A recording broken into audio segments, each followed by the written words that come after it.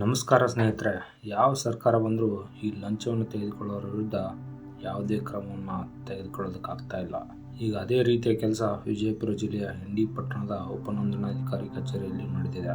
ಇದೇ ಜುಲೈ 2ನೇ ತಾರೀಕು ವಿಜಯಪುರ ಜಿಲ್ಲೆಯ ಇಂಡಿ ಪಟ್ಟಣದ ಉಪನೋಂದಣಾಧಿಕಾರಿ ಕಚೇರಿ ಮೇಲೆ ಲೋಕಾಯುಕ್ತ ಪೊಲೀಸರು ದಾಳಿಯನ್ನು ನಡೆಸಿದ್ದಾರೆ. ಭ್ರಷ್ಟಾಚಾರದ ದೂರಿನ ಹಿನ್ನೆಲೆಯಲ್ಲಿ ಈ ದಾಳಿ ನಡೆದಿರುವಂತಹದ್ದು.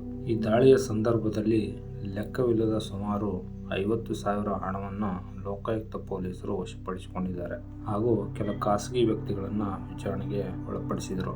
ಈ ದಾಳಿಗೆ ಮೂಲ ಕಾರಣ ಏನು ಅಂದರೆ, ಇದೇ ವಿಜಯಪುರ ಜಿಲ್ಲೆಯ ಇಂಡಿ ಸರ್ಕಾರಿ ಕಚೇರಿಗಳಲ್ಲಿ ಭ್ರಷ್ಟಾಚಾರ ನಡೀತಾ ಇದೆ ಅನ್ನೋ ಆರೋಪದಡಿ ಲೋಕಾಯುಕ್ತ ಪೊಲೀಸರು ಈ ದಾಳಿಯನ್ನು ನಡೆಸಿದರು. ಇಂಡಿಯ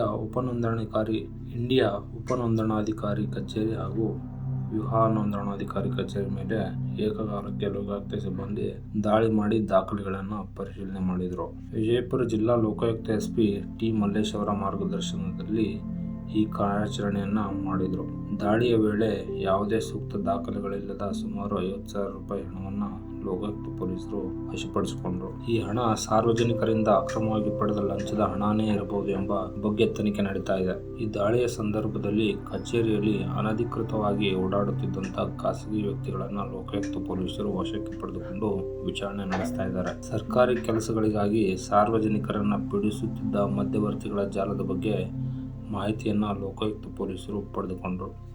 ಅದರಲ್ಲೂ ವಿಶೇಷವಾಗಿ ಬಾಂಡ್ ರೈಟರ್ಗಳ ಬಳಿ ಇದ್ದ ಕಡತಗಳನ್ನು ಕೂಲಂಕಷವಾಗಿ ಪರಿಶೀಲನೆ ಮಾಡಿದರು. ಲೋಕಾಯುಕ್ತ ಡಿವೈಎಸ್ಪಿ ಮಲ್ಲಿಕಾರ್ಜುನ್ ತಳಸಿಗೇರಿ ನೇತೃತ್ವದಲ್ಲಿ ಈ ದಾಳಿ ನಡೆದಿದ್ದು, ತಂಡದಲ್ಲಿ ಸಿಪಿಐ ಆನಂದ್ ಟಕ್ಕನ್ನವರ್, ಸಿಪಿಐ ಆನಂದ್ ಡೊಣ್ಣಿ ಹಾಗೂ ಲೋಕಾಯುಕ್ತ ಇತರ ಸಿಬ್ಬಂದಿಗಳು ಭಾಗಿಯಾಗಿದ್ದರು ಹಾಗೂ ಕಚೇರಿಯ ಎಲ್ಲ ವಿಭಾಗಗಳನ್ನು ಅಧಿಕಾರಿಗಳು ಪರಿಶೀಲನೆ ನಡೆಸ್ತಾ ಇದ್ದಾರೆ.